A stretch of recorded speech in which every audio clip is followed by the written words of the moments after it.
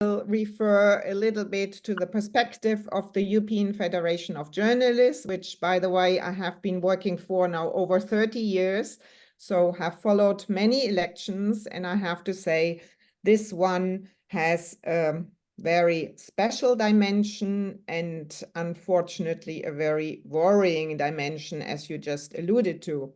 So in a nutshell, I will tell you just a little bit about, this urgent mission we just did to Italy, because I think all what's happening there says a lot of where we are in Europe, and also the relationship between Italy and the European Commission, the European Union, the rule of law and all that.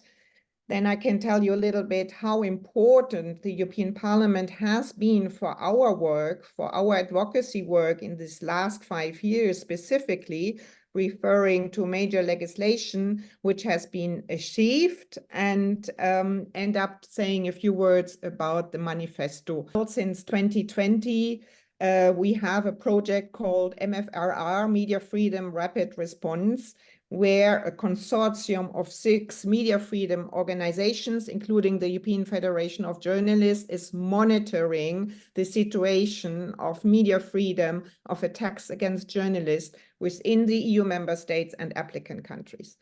Part of our tools are also missions, fact-finding missions, urgent missions, where we go to countries where we feel something is going wrong. This year, we have already been to Romania. We will be going in the in September to Croatia. As you know, unfortunately, also there we now have right-wing party within the government, and some things already happened. We had been to Greece. We had been also to the Netherlands because there had been problems with the safety of journalists, and I could go on and on. Why did we go now to Italy, which was supposed to be in October, but we did it now because of the situation which is getting worse? There were actually 3 reasons why we went there, or why our member, the journalist union, asked us to come urgently. One is the attempts of total control of RAI, of the public service media.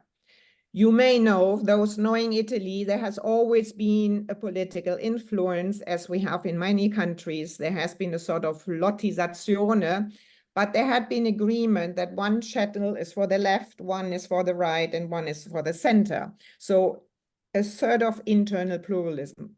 With the new Meloni government, this has been changed. Unfortunately, there had been a law, Renzi law, which had been done by the Partito Democrats, so that hasn't been her fault, but now it's in her favor, which allows to vote a very politically controlled board, which will happen by the end of this month.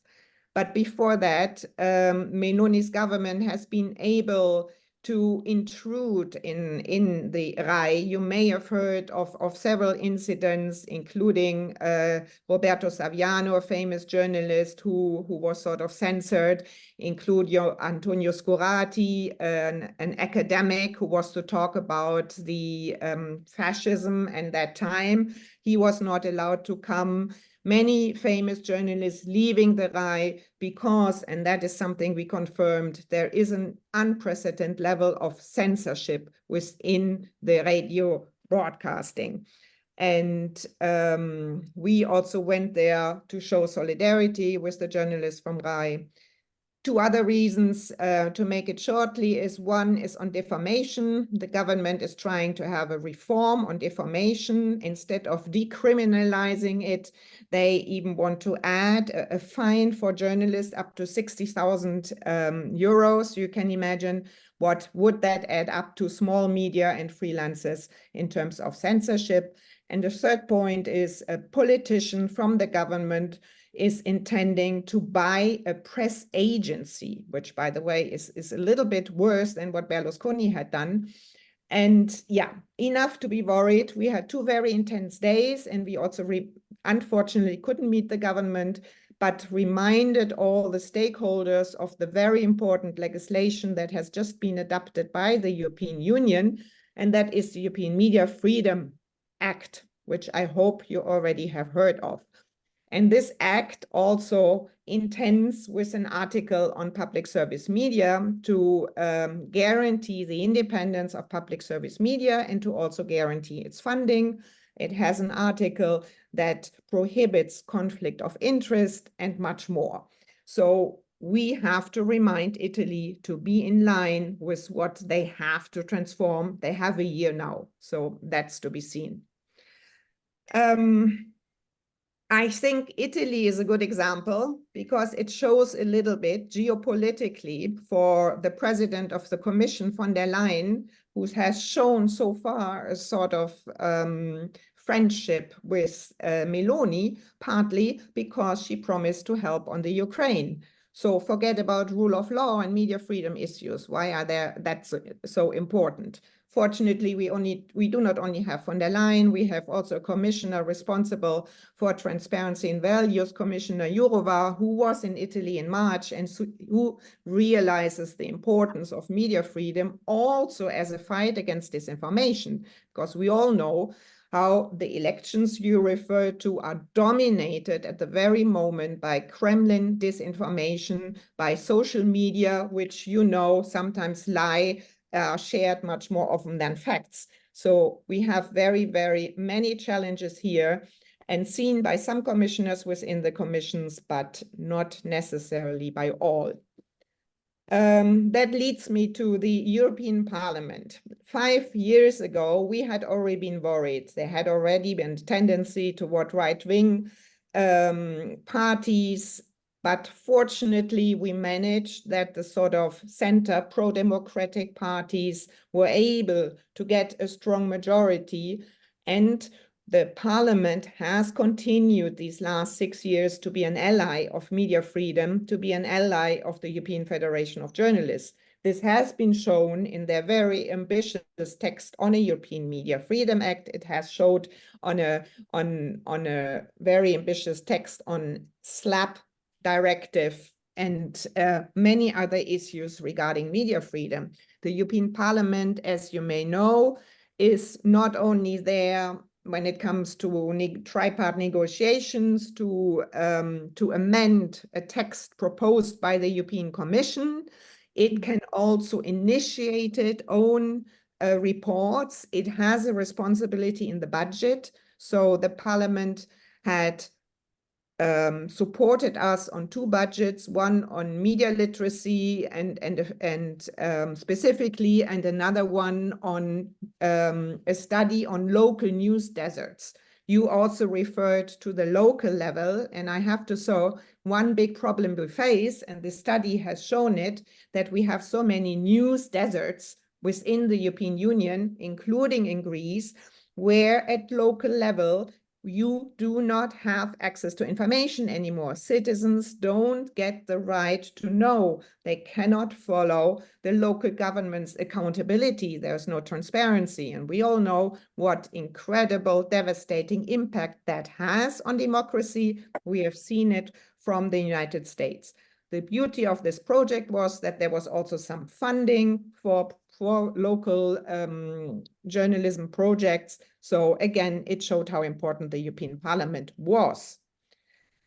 Now, of course, we are all very concerned that the right will, lots will win, that would definitely have an impact on journalism, on the rule of law in the end. Of course, we know media freedom is a pillar of the rule of law. And from our monitoring, we have seen in all those countries where the right-wing extremists are on the run, attacks against independent media, attacks, smear campaigns against journalists are part of their rule book. Maybe not to talk too much, just a last point. In preparation of the elections, the EFJ, as it has done it before, came up with a manifesto which is called Stand Up for Journalism as a Public Good. To be a public good, whatever it is, be it health, be it information, we think they're both important. We need an enabling environment, but we also need funding at arm's length a mix of public-private philanthropic funding. That's why we came up with 3 major points. We would like stakeholders, politicians, but also civil society to really get up and stand up for journalism, for independent journalism, for quality journalism, to be able to have the needed funding. We need, as I said, public transparent funding at arm's length. We need to guarantee the independence and the funding of public service media, so implement the European Media Freedom Act. We, in our mind, need to tax big tech. It cannot be that big tech is the winner of all, that they take 80% of advertisement and they dominate on the news agenda and all that, and the publishing housing are losing it all. We also need to ensure fair remuneration for authors. Of course, that goes in line with the upcoming, already existing artificial intelligence and all that. And we need to allocate a permanent EU budget for all what I mentioned before. Besides that, of course, safety is very much on the radar of journalists. It's not only including in Greece that journalists have been killed and there is still too much impunity. We know that all, but we need to have governance taking more responsibility on the safety of journalists, to have more police protection, to have better training and all that. And last but not least, we need to regulate artificial intelligence, because if we don't that, we may have another level of disinformation and journalism that cannot be called journalist anymore.